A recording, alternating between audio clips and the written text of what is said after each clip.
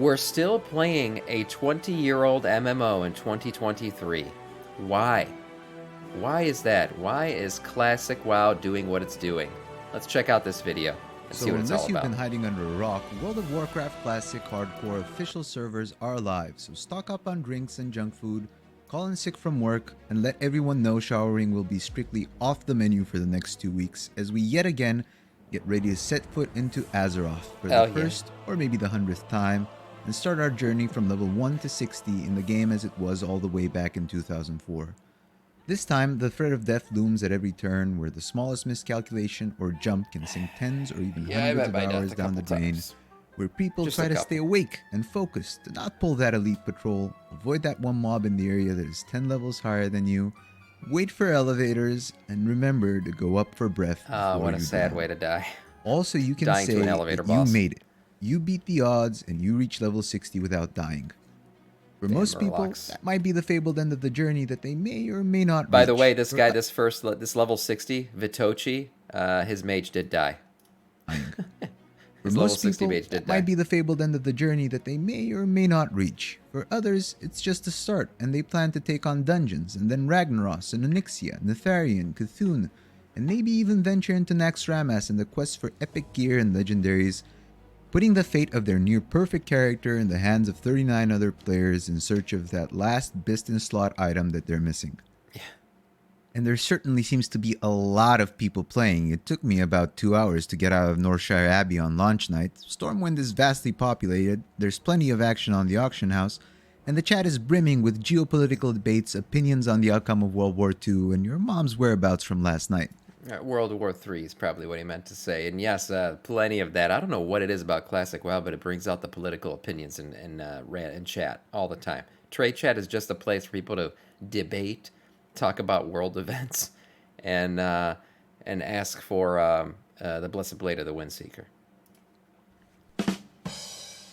So how did we get here?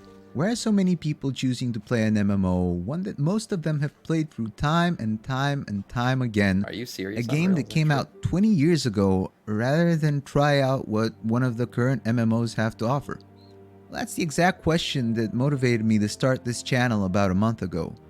I plan to do what I know many others have tried before and take a look at new player experiences and MMOs available to new players in the year 2023 and figure out what happened. But the hype around Hardcore Classic got me thinking, and I realized it actually makes a lot of sense to start here. There are many explanations for the state of the genre. In fact, there is a veritable trove of video essays from many content creators I have followed over the years that explain why the magic is gone and why the genre is dying and will probably never surpass the peaks of Wrath of the Lich King back in 2010. Yeah, but it might not. It might not. I mean, Wrath of the Lich King was just, perfect time, perfect storm. Everything was just set up for that game for WoW, in general, to be very successful at the time. Look, where MMOs currently are, there's more competition. Obviously, there's a lot more going on in the industry than it was back in, Wrath of the Lich King days. But I still think MMOs have their place in gaming.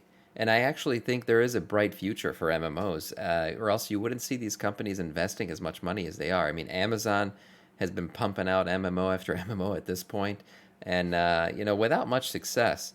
But they have been doing it. They clearly think there's a future in MMOs. And then you got companies like Microsoft, who are buying Activision Blizzard, and essentially buying the most popular MMO out there right now, which is World of Warcraft. Now, some people will say, yeah, Final Fantasy. No, it's not. It's still WoW. And trust me, they did not just buy Activision Blizzard because of Call of Duty. It's been shown again and again in earnings calls and stuff that World of Warcraft is certainly still a moneymaker. And MMOs in general are still popular, maybe less so than they once were. But I do think there's an MMO renaissance going on, and we're going to see popularity increase once again.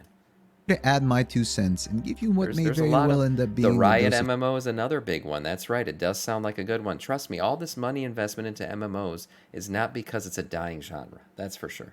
Notice a lot of these companies aren't making RTSs anymore. Yeah, that's a dying genre. MMOs, no, still a lot of life. Copium, as I try to explain why I think that things are about to change for the better, hopefully sooner than you or even I might think. What a word. I'm nostalgic for nostalgia, are you?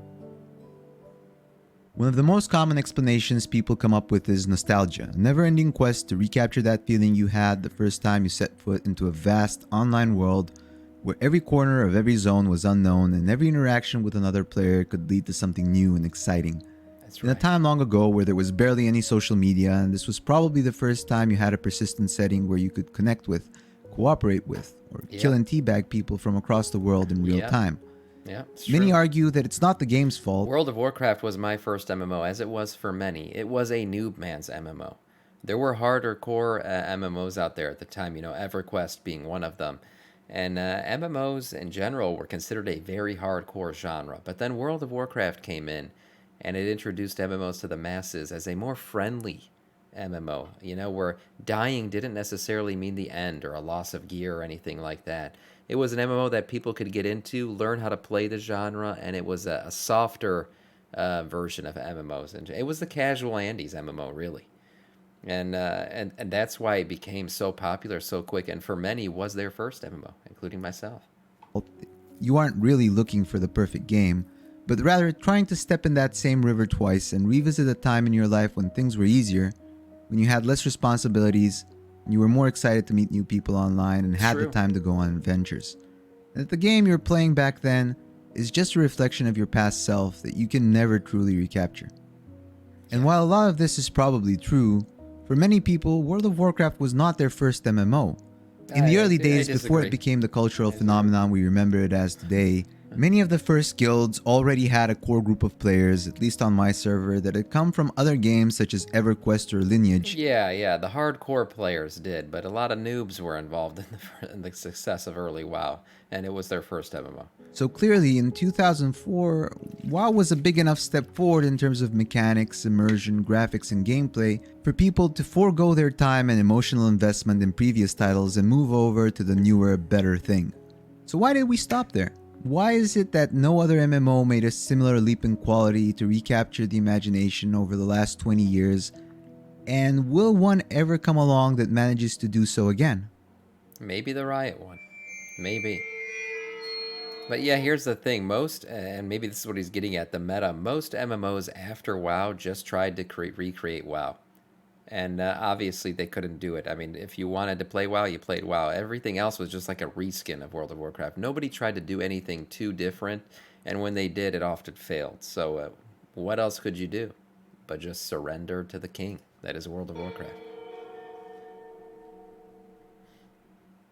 Another reason brought up is metagaming. As the popularity of these games grew and social media platforms evolved, along came a myriad of third-party websites, dedicated YouTube channels, content creators, and gaming news sites with early access to games for review purposes, to the point where most games and updates nowadays are solved before they even get a chance to launch. It's true, man. Now, this is definitely true, and as online ecosystems and technology have evolved, this phenomenon is probably here to stay for better or worse. Yeah. This means that most people will feel some kind of pressure, whether self-imposed by their own competitive sense but metagaming did exist in vanilla. I mean, you used to look up, yes, specking and stuff like that it was harder to find like good specs and everything. But like what I used to do is I would look up the best player on my server. I'd try to find them or like in game, see like somebody in full judgment gear or something. I don't know what, or just look for the best hunter and try to see what their spec was, inspect their spec. Yeah, it was definitely not as optimized as it is today. Certainly the internet and the explosion of online gaming and guides and all that shit certainly changed everything. And that's why fights like Ragnaros took so long back then. But now they're like 2 days and cleared when that shit opens. So yeah, it did change things for sure. It kind of took some of the exploration out of the game. Of time to figure things out on their own, or from other players when attempting to engage in increasingly difficult and punishing group content. Players get shoehorned into doing most things in a specific predetermined way, which does kill the sense of immersion and player agency for most people that want to play out their fantasy and don't take very well to being told what to do. And while this topic can be debated for hours and has been debated for a lot more than that by probably thousands of videos over the years, that still doesn't explain why nobody plays Blood DK and Mythic Plus. Why people are flocking back to WoW Classic over and over and over again, When the game has been out for 20 years and has been solved and min-maxed to exhaustion, to the point where the first clear of the Trial of the Grand Crusader raid that was recently released for Wrath Classic took a whopping 19 minutes to clear after its release. Yeah. Yeah. The game's just been optimized by the community. What a transition, damn. Now, immersion is a somewhat esoteric concept. It's that feeling of wonder and slow buildup of emotional attachment that lets you get completely lost in a virtual world. Vanilla certainly does immersion right. That feeling of excitement as you rush to log back in each day, and the curiosity to find out what the next quest or the next zone has to offer that keeps you playing all the way till your alarm goes off and you realize the sun is up and you have to start getting ready for your next day. Up. I think it's fair to say that one of the main reasons that right there is the best and worst feeling in the world at the same time. People choose to play MMORPGs is to take a break from reality and go on the fantasy adventure of their dreams, where they can explore a vast, persistent online world where their real-life problems no longer matter, where their actions can shape their journey and even that of the world itself, and where they hope to meet other like-minded people who can over time become their fellow adventurers or even their virtual rivals. It's the reason people fell in love with these worlds even before they were available in digital format, when they were only present in books or that late-night session of Dungeons & Dragons with your friends some good old that you lore. Still remember so many years later. This is actually one of the cornerstones of the series I'm planning, so I'll try not to go too deep into it, but the short version is World of Warcraft managed to find a sweet spot all those years ago, probably in part by accident, where the slow pace of progression through the world and the story actually worked to its advantage. So good. You start off as a nobody, a fresh adventurer at level 1, and the tasks you deal with at first are far from world-changing or universe-altering in nature. You kill some wolves and then some kobolds and bandits, and then you're sent down the road to the inn to see what's troubling the people there. It's organic, right, and you have ample time to explore each area, finish the quests, get acquainted with the important... Yeah, there's certainly in Vanilla WoW, one thing that Vanilla WoW does very well is there's a sense of progression and growth, even if you're not necessarily gaining a level, even if you haven't gotten any new gear, but you feel like your story is progressing. And it's a cohesive story that basically takes you from, like he said, a nobody to somebody who has the ability to kill something like Ragnaros in a team, of course. But one thing that Vanilla never did that I liked was you never became like this godlike hero, like we currently are today in game. You know, you're a champion or something. No, you were just a member of the Alliance or Horde that happened to have a lot of experience. You were battle-hardened and you had some good gear. That's what you became at the end of Vanilla WoW. Never something more than that. Never more than the guy next to you. You were still, like I said, a member of your faction. Just a stronger and more powerful version of your original self, which was cool. It felt good. Important characters. Today it's just over the top. You feel like you're a god amongst men.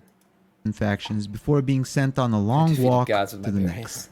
Overall, the humble beginnings, sluggish pace of leveling, and simplicity of combat end up being one of the major factors that actually creates immersion. Since you have time to assimilate new factions, characters, and storylines, you have time to look at the scenery and check out the layout of a new zone as you're doing a 10-minute jog to unlock a flight path to a new city, and you have nothing to do during the 20-minute trip from Eastern Kingdoms all the way to Wailing Caverns, but talk to the 4 people joining you for the journey or spend some time to join in on the banter in guild chat, Discord, or general chat. Now, I'm not saying we should go back to this going forward for the genre. You have to remember that the reason this game broke open the floodgates of... here's the thing, to go back and play Classic, I know that I can't recapture that feeling because I've done it. I've been there and I've done it, and I don't like playing a game where I feel like I can't progress. And at the end of the day, Vanilla's a dead-end game, so I don't want to play it anymore. I'm just talking about some of those original feelings you got, and I'm not crazy enough to think I can go recapture them. Mainstream interest in MMOs was that it was less grindy, more solo player friendly, and far more convenient than all the major titles that came before it, like EverQuest, Ultima Online, or Dark Age of Camelot. MMO. Ever since then, more steps have been taken towards offering more quality of life and convenience in both World of Warcraft and other MMOs, and I'm not here to restart the debates about summoning stones, group finder, or looking for raid, and whether these were good or bad for the game overall. I'm merely like pointing everything, out there was that good and there bad is to a it. spectrum, and while some things like Questy probably should and actually have been introduced as part of the game, you have to remember that if you let the pendulum swing too far in the opposite direction, you are going to lose that feeling of organic immersion that comes from something as simple as giving the player enough time to assimilate something new until he or she is introduced to the next new thing. How we got here, a lack of alternative. Now, have you ever wondered why all the major MMOs, the Western ones at least, are all 10 years old? Wonder why we've had nearly 7 years without an MMO coming out of a Western studio before New World launched in 2021? Have you ever delved into the infinite pit of I think despair, Riot's going to copium, and change that. shattered dreams that is r/MMORPG? Or spent hours binge watching the hundreds or thousands of YouTube videos asking what went wrong or why MMOs suck, are dying, or will never be what they were again? Everyone is familiar by now with the famous Steve Jobs interview about what happens to a corporation once it gets too big and the product people get pushed out of the decision-making process by sales and marketing people. Yeah. In fact, it's often used to describe why AAA companies are in the state they are in today. I wanted to dust off my You can't justify taking a risk anymore. That's the truth. I mean, and you got to appeal to the investors. What do the investors want? They want a they don't want you necessarily making some kind of crazy MMO and investing all this time, money, and effort into something that might not be successful. Instead, what they want you to do is create a battle royale with skins and seasons and tons of microtransactions, because you can monetize the shit out of that. You can go all in, and making a BR in general is not as time consuming as creating an entire world for a bunch of players to play in, right? You don't have to keep upgrading the content. Maybe you make a new map every once in a while, and there you go, new BR season. But that certainly has something to do with it, and that's why I think a lot of indie studios have become kind of popular, because they don't answer to that same rhetoric. But the good thing is there's also the other side now, where you got companies like Riot who are so successful with the current titles they have out there that they can maybe take a risk and invest some of their own money back into their titles, and they have the dev power to do it too, which is why they are currently making what could be the next great MMO. Economics degree and decade of working in large corporation to tell you just how bad it really is, but I realized that would take so long that it will probably have to wait for a separate video altogether. The very short version is the financial success of World of Warcraft led a lot of people that Steve Jobs was talking about from other large companies to send their teams on a quest to replicate the formula, but none of them actually managed to do it better. All or most of the available resources in the industry were deployed to copy instead of improve or innovate, and since all of that happened at the best or worst time in relation to what the financial crisis did to the economy and global finances, that led to a string of high-profile and high-cost failures that just as easily made the people that Steve Jobs was talking about conclude that MMOs are a dead genre and not an investment worth making anymore a few years later. By this point, you had a handful of Western MMOs that survived, managed by large companies where anyone who was passionate about the game was long gone, or relegated to sulk in a corner where decisions were being made by executives advised by data-crunching, trend-following spreadsheet jockeys with no passion for or knowledge about the genre. There was virtually no competition from other large companies with equally adept spreadsheet. Deadric, thank you for the sub, man. Thank you. 9 months. Wow. Jockeys concluding that MMOs are a bad investment based on the data from the previous 10 years of failed franchise launches. And on top of this, you had huge barriers to entry in terms of costs, time, bureaucracy, and availability of financing from any potential newcomers to the scene. Right. Since most of these macroeconomic effects, as well as the decision process at large corporations, usually move at a pace akin to that of the shifting of tectonic plates, and MMOs take many, many years and vast resources to produce, it led to the so-called dark age of MMORPGs that we have been living through for the past few years. This is one reason why people get so hyped about Ashes of Creation and why people think it could be the next great MMO. It's because it's a self-funded project. You essentially have this rich guy who started a company, decided to invest his own money slash any money that's been given to them and any money that's now been given to them through these packs that they sell and skins and shit like that. But they're essentially developing an MMO without dealing with the outside investor influence. So that's why I think one reason why people really, really get excited about Ashes of Creation, whether or not that's going to lead to a good product, that'll be to be determined. But I do like seeing the fact that somebody out there is still trying to make MMOs. During this time, most established titles, knowing they were safe from competition, reached for every single bag of proven psychological tricks and jumped on every trend they thought they could monetize, to the point where we are now left with a bunch of games that are filled with FOMO, addiction-inducing loops, gameplay systems designed for player retention and increasing revenue per user over player experience, aggressive monetization tactics ranging from a seemingly endless stream of cosmetics to straight-up pay-to-win, and outright predatory casino tactics like loot boxes or gacha, and the list can probably go on and on. Throughout all of this though, I believe the underlying desire for what many think an MMO was meant to be is still there. That's exactly why these dirty tricks work. Some people are willing to pay vast amounts ranging from hundreds to thousands or even tens of thousands of dollars to feel like they belong in one of these worlds and collect the cosmetics, gear, and characters that make them feel more and more attached to the game.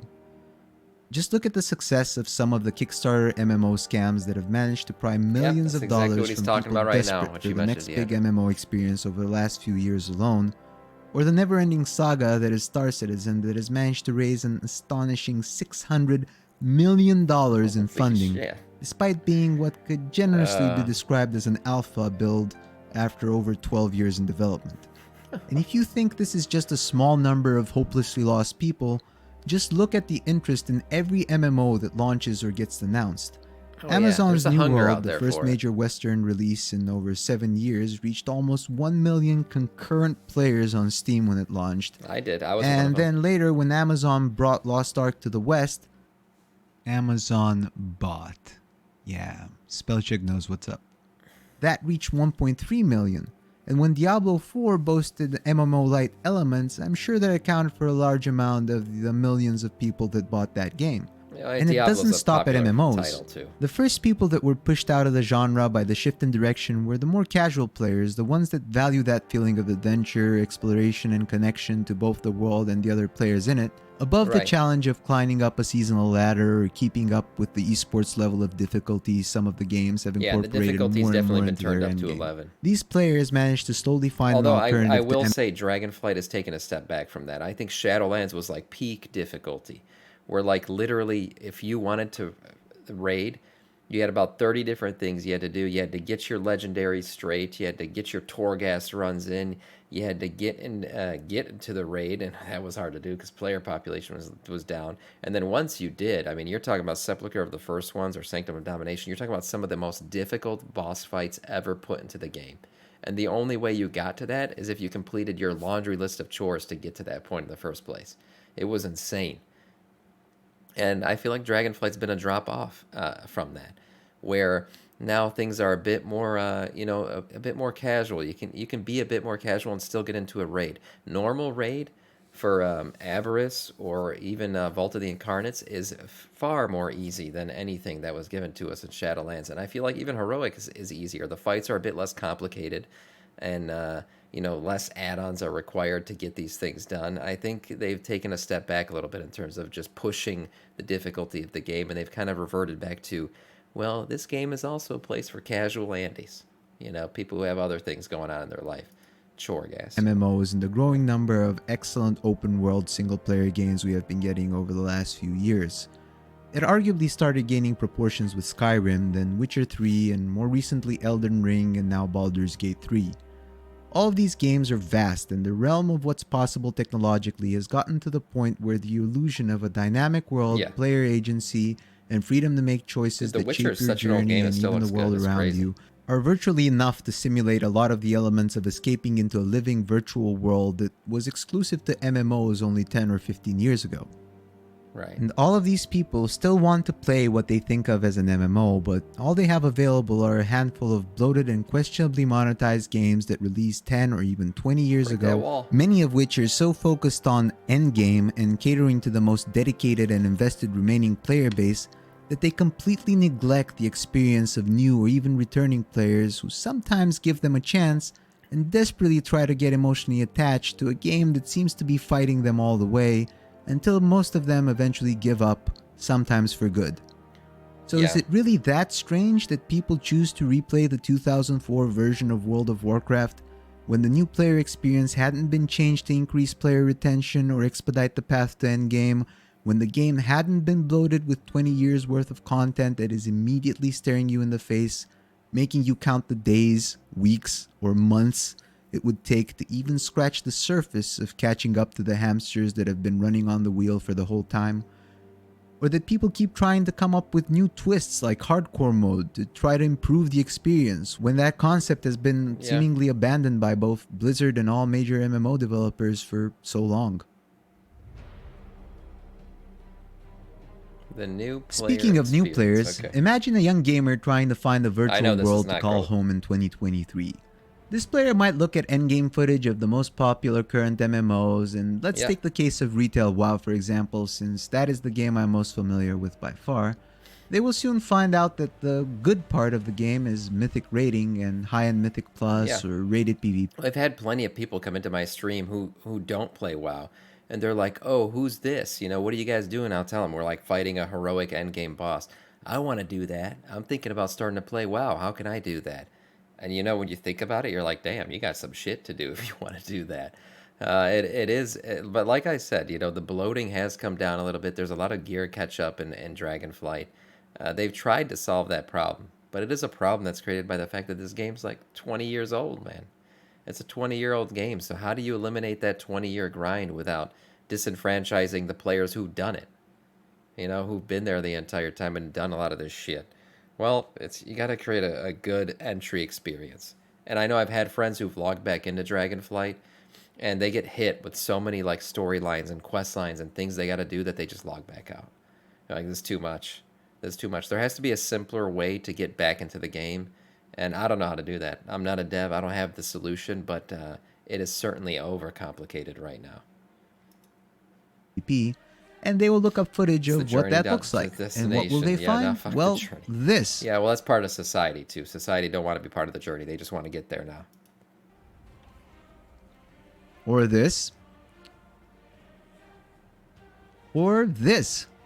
No two user interfaces look the same. The sheer amount of screen space you need to dedicate to third-party add-ons to play the game competitively is insane. Yeah, but I won't do it. And in terms of complexity, regardless of what... You guys see my screen when I play? It looks very simple. I refuse to just go all out with fucking add-ons.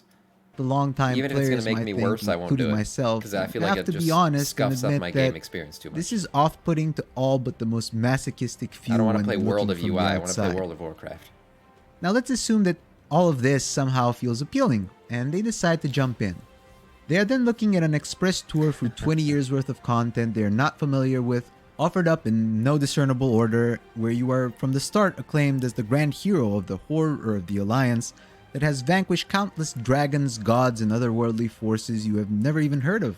No time to get familiar with anything, no emotional connections to the characters, no time to take in the story or the world since, hey, the game starts at endgame. But let's say you're not here for the story. You're here to be competitive. You grinded hard all the way to max level and now you want to play the real game. Oh wait, your gear sucks. Now you have another 30 to 40 hours of grinding for a minimum level of gear to get into the season, or you can just use the catch-up mechanics. But since you don't have any gold and all the crafted gear catch-ups require you to pay inflated prices for mats and crafting services, that $20 WoW token sure looks appealing right about now. Brushing all of that off, finally they made it. Decked out, ready to go, you start looking for a group, and, well, the season started 4 months ago.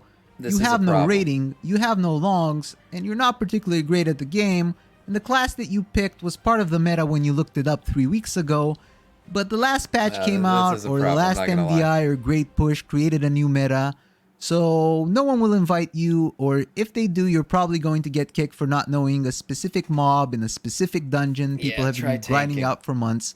Has an ability that... Try tanking. If you literally make a left instead of a right, everybody leaves the group.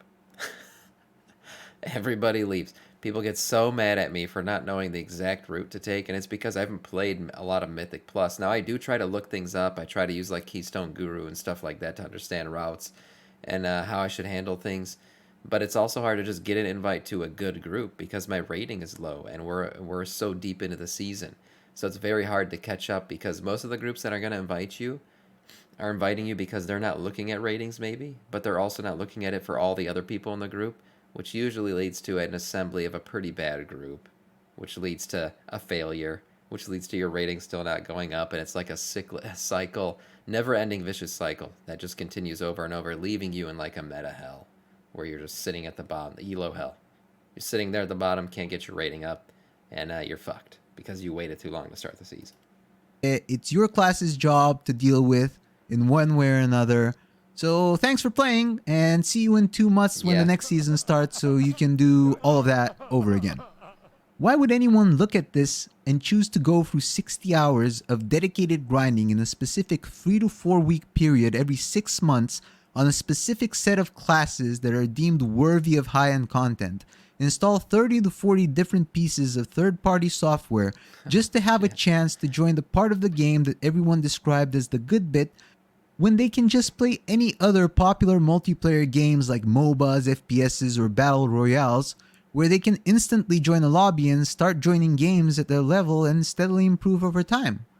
It's true. Or they will look up other games like Lost Ark and see that they have to grind the same content, not once, but 6 different times per week on characters they have no interest in playing, just to make sure their main keeps up with the gated progression. And even if they do this, someone can just come along a few months later, swipe their credit card, and get the same result.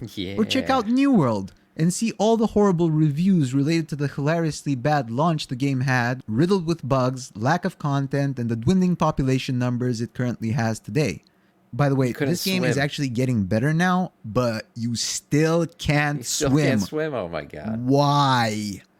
Oh my god. Honestly, the most appealing large MMOs, at least judging by the happiness of the community, seem to be Guild Wars 2, that from what I understand has horizontal progression systems that are much less rampant with FOMO than other games, and Final Fantasy XIV that can at least promise new players hundreds and hundreds of hours of excellent quality main story content to go through before you even have to worry about the endgame.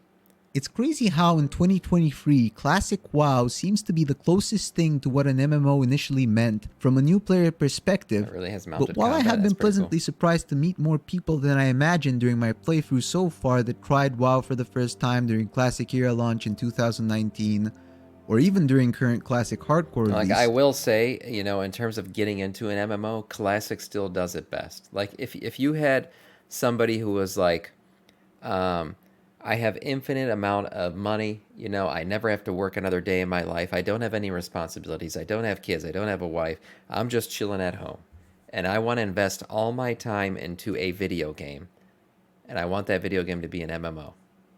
What should I do? I would tell him, bro, if you got nothing but time, start with Classic. Honestly, I would tell him, I'd be like, start with Classic. Get into, this is your first MMO, get into it, learn how to play it, and then switch over to retail. Once you feel like, you know, you've done everything you want to do in Classic, you've mastered it, and now you go into retail, level up a real tune, play the real game, and go through that. The problem is that takes a lot of time. That does. It takes a lot of time, but I still feel like as an introduction to an MMO, nothing has ever done it better than vanilla. That's the truth. Your wife doesn't play WoW with you? No, she doesn't. Game is still 20 years old and as such is in many ways dated by the standards of the younger gaming generation that have long since cataloged WoW, or the MMO genre as a whole for that matter, as a thing for boomers. For losers.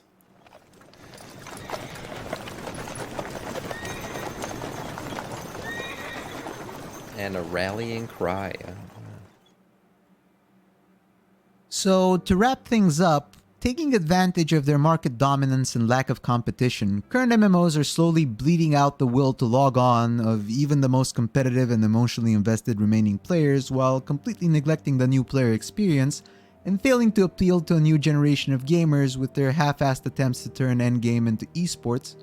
So you might say that, well, yeah, the genre is dead, and everyone is right, and it's time to move on and accept it, right? I don't think so. Well, a friend of mine recently told me a story. A McDonald's near where he lived was the only fast food place within walking distance, and for years it was, well, a shithole. Service was horrible, it was constantly out of stock, and was downright dirty. But then, a Popeyes opened up next door, and suddenly, somehow, McDonald's They got their found a act way to together, get its didn't act they? together Yeah. and pulled a complete 180. That's right. Competition breeds does tend to excellence. do that. Yes. You might have I agree. noticed inflation isn't exactly great, and many of the goods and especially services you pay for with your shrinking disposable income only seem to be getting worse and worse. That's true. Now, this sucks, trust me, I know. I but keep waiting for the WoW sub to go up by like $1 or something or $2. I keep thinking eventually they're going to raise the cost of the sub. Now that decision's going to fall on Microsoft now. Some people are like, oh, maybe they roll it into Game Pass or something. It's going to be up to Microsoft on what happens with the WoW sub. Maybe they just continue it at 15.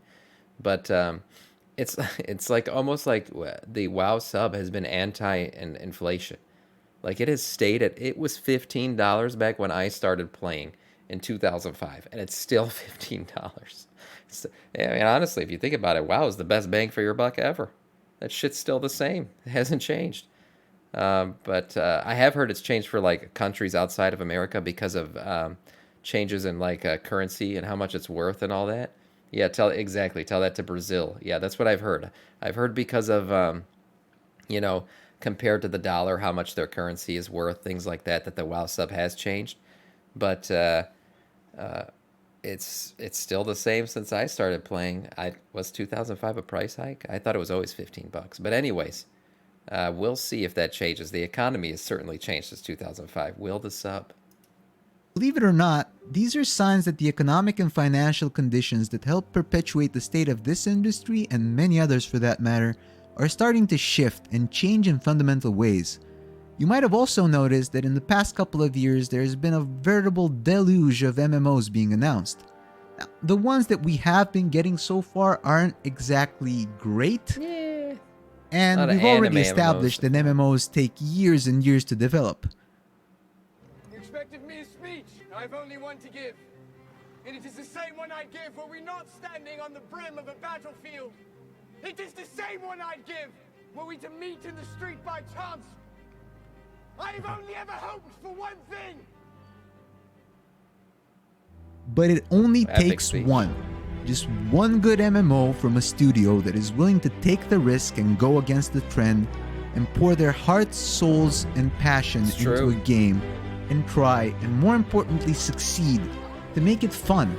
A game where the game starts the moment you hit start and not 100 hours in. Where you feel like you are going on an adventure, not just rushing through content to make sure you set foot on a seasonal treadmill in time to not get gatekept.